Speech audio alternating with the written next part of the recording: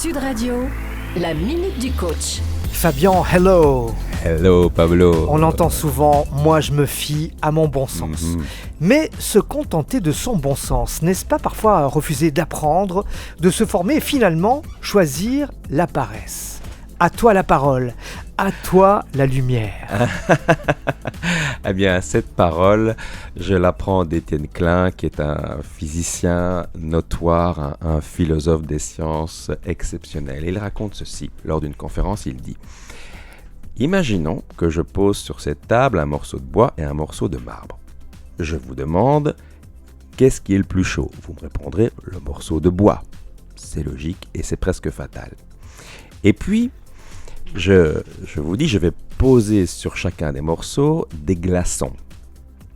Quels sont les glaçons qui vont fondre le plus vite ?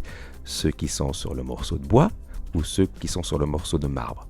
Et ça tombe sous le sens, puisque le morceau de bois est le plus chaud, les glaçons posés sur le morceau de bois vont fondre plus vite. Eh bien, c'est l'inverse qui va se produire. À la fin de la conférence, les glaçons posés sur le morceau de bois, on le verra encore, au bout de quelques minutes, les glaçons posés sur le marbre ne seront plus. Et là où ça devient plus troublant encore, c'est quand on s'aperçoit que et le marbre et le bois sont à la même température, celle de la pièce.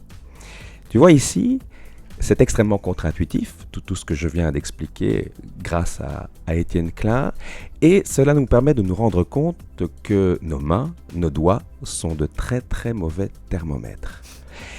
Les mains, les doigts, couplés à l'esprit ou à un cerveau mal utilisé, nous trompent et nous induisent en erreur en permanence.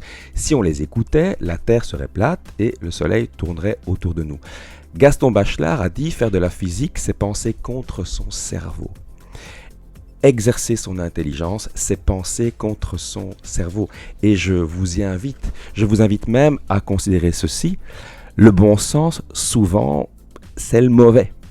Dès que vous vous fiez à votre bon sens, à vos intuitions, enfin pas dès que, mais souvent vous vous trompez. Mais comme tu le disais en introduction, c'est extrêmement confortable.